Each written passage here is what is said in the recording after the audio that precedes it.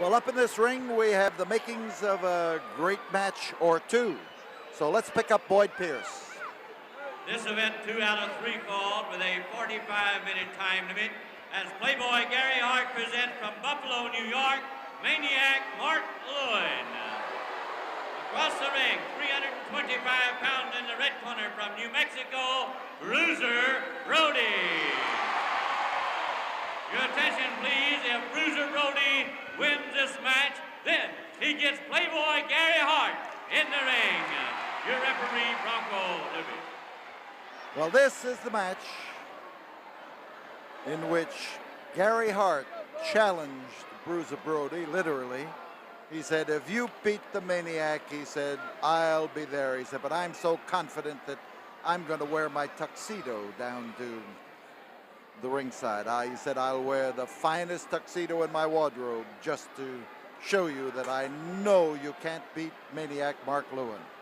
And the outcome of this match will determine whether or not Gary Hart will go into the ring with Bruiser Brody with his tuxedo. Because there will not be an intermission between this match if Brody wins it. So we've got 2 out of 3 falls. Maniac Mark Lewin. And no man was ever more aptly named. Gary Hart, the man who pulls the strings on the Maniac, the man who guides him and with whom Lewin consults solely with regard to his actions in the ring or out of the ring. Now, regardless of the outcome of this match, Bruiser Brody will face the world's heavyweight champion Harley Race in the Coliseum 2 weeks from last night. Now, there will be no wrestling at the Sam Houston Coliseum next week. Shrine Circus is at the Sam Houston Coliseum, and we heartily tell you that it's a great show and you ought to see it. But on October the 19th, there will be a superb super wrestling card. And that's one you ought to see too.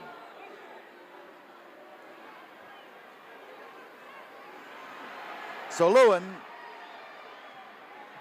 trying to confuse Bruiser Brody, and Brody is just smart enough, and there is enough at stake for Bruiser Brody so that he is rightfully watching himself carefully in this match.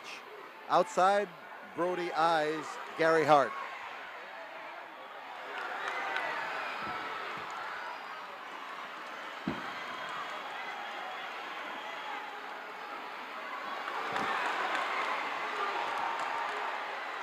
Brody doing the clouding, and now he's got that match opened up, and it was Gary Hart that time who tripped Bruiser Brody as he was getting into the ring and made him a victim to this attack by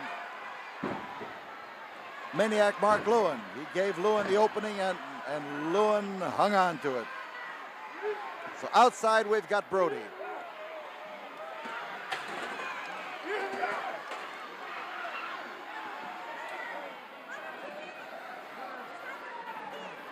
Brody now in danger of being walloped into that turnbuckle or the ring post, and he sure caught that one. And Lewin being urged on by Gary Hart.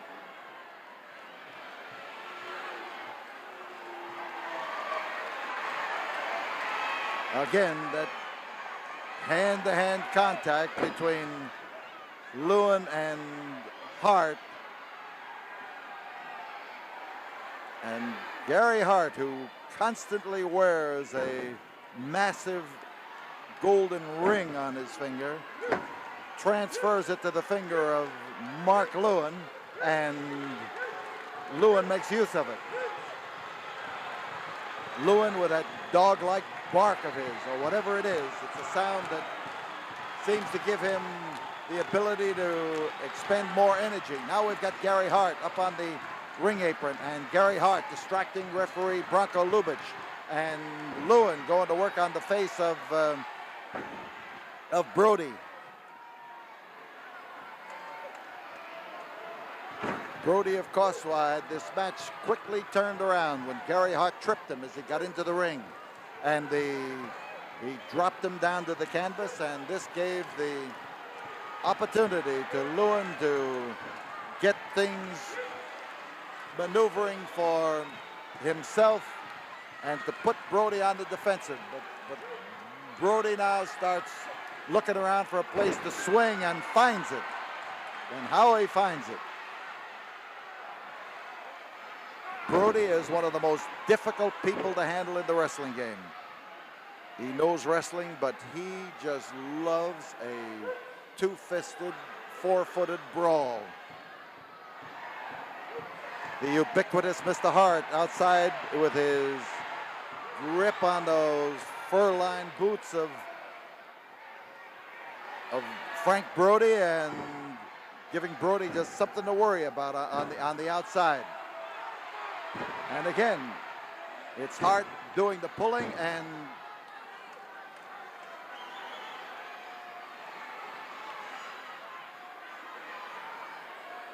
Brody as he gets up meets the same kind of trouble as the 5-minute mark is called, and fans are hollering now for Bruiser Brody to come back at Maniac Mark Lewin.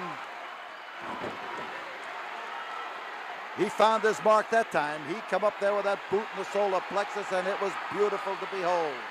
And it's Brody using those boots of his, and he knows how to do it. A massive attack as Brody moves in and sets him up. Turned him as he threw him, and Lewin comes up to again use that hand, and I think he's got that same object on it. We're going to have a disqualification.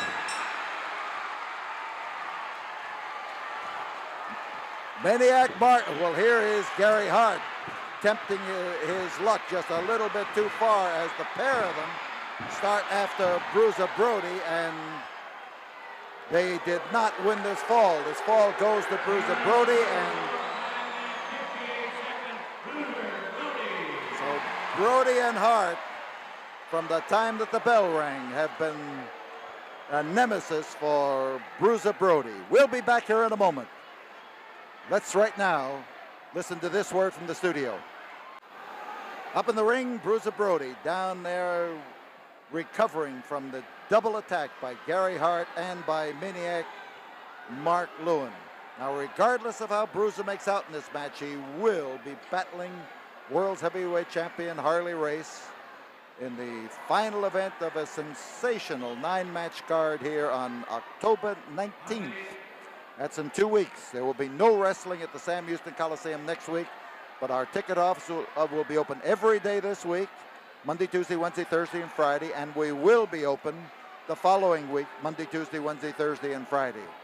We advise you for this one to get your tickets early. We've got special events like 2 great Mexican girl wrestlers. We've got triple semifinal, Mil Mascaras against Gorgeous Gino, Jose Lothario battling Gran Marcus for the Caribbean belt, and Dusty Rhodes, the All-American Dream. The Great Dust is going to be facing the Maniac, the man you see up in that ring tonight. Those are the top events, and there are 5 great prelims. The time is running down here in this intermission between matches. The Brody is 1 fall ahead, and he is trying to capitalize on this and to do something about it, and he did it even before the bell rang. And Brody is trying to recover from the double punishment, and that last blow proved that he did recover from it. And you'll see him here now, literally crawling into Maniac Mark Lewin, cutting him down to size. He doesn't have to reach up to him now. He's got him down where he wants him. And Brody comes crashing down with his 260 pounds to find his 270 pounds to find his target. Lewin being set up for, and there is Brody's driving attack with his leg. And he really laid it into Lewin, who was claiming foul. No corroboration from anybody on the foul, and Branko Lubitsch ignored his claim. And here is Lewin in trouble.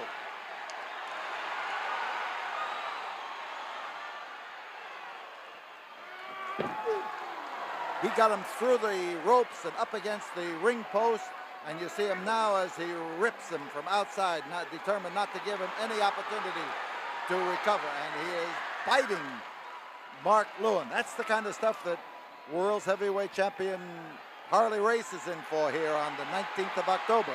Exactly the kind of attack that Brody turned on Lewin, and I don't think that Harley Race is as genuinely tough as Mark Lewin. He may be a better wrestler, he's the world's champion, but I'm talking about innate toughness. So something was rubbed in the face of Brody, and Lewin is now trying to capitalize on it. The match swells out into the audience, and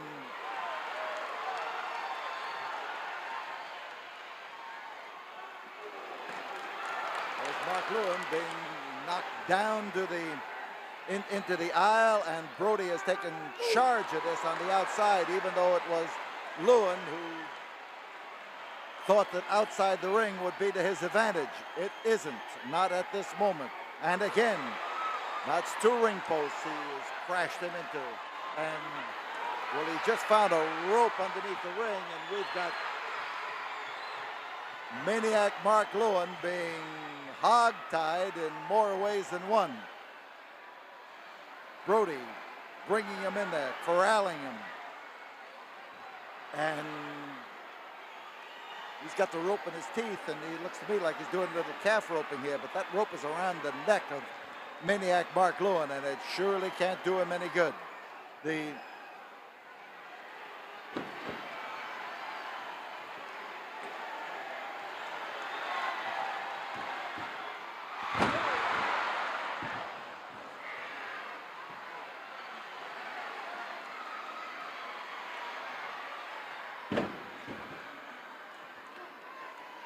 Now with Lewin trying that Singapore sleeper, the one that has worked so well for him in so many of his matches, and fans screaming for Brody to come out of this one and to do something about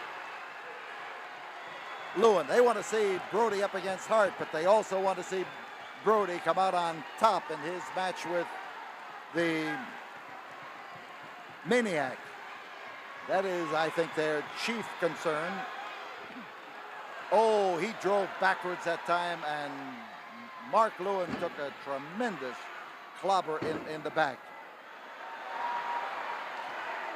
A headbutt, and it had a double reaction. Maniac Mark Lewin has just again received encouraging help from Gary Hart. He's hiding that right hand where some of that help is located.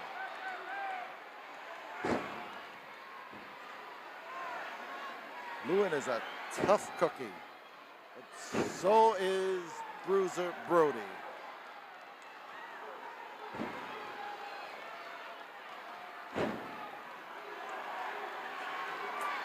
Brody now caught in that corner, and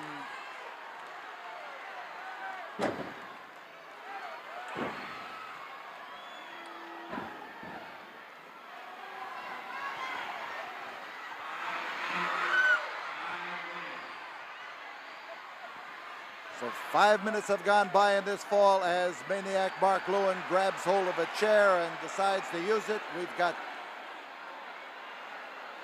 well, that didn't do Branko Lubitsch any good, and this isn't going to do the Maniac any good either. Here comes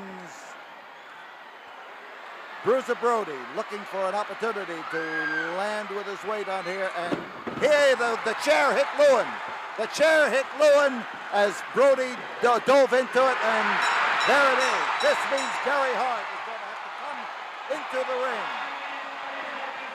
A tremendous uproar from this crowd here as Maniac Mark Lewin was struck with a chair that he was planning on using. Bruiser Brody wins in 2 straight falls, 1 on a disqualification, and Lewin is the loser, and so is Gary Hart, because Hart is going to find Bruiser Brody ready to take after him, and Hart is claiming the use of the chair was illegal. The chair was in the hands of Maniac Mark Lewin, and all that really happened was that Bruiser Brody dove into it, and we've got Bruiser Brody taking Hart into his own hands.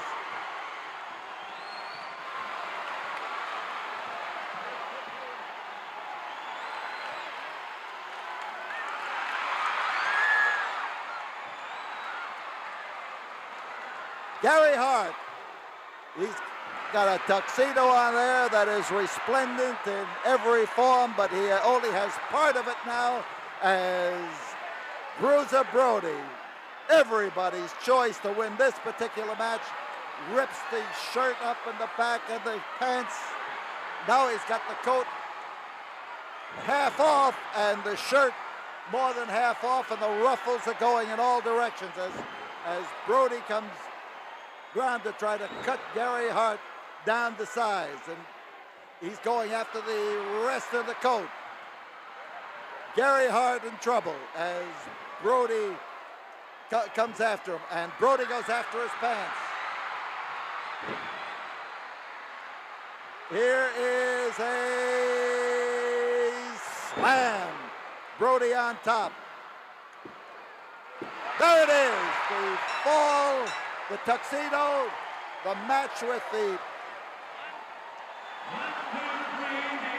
Maniac. Brody. All of it goes to Bruiser Brody.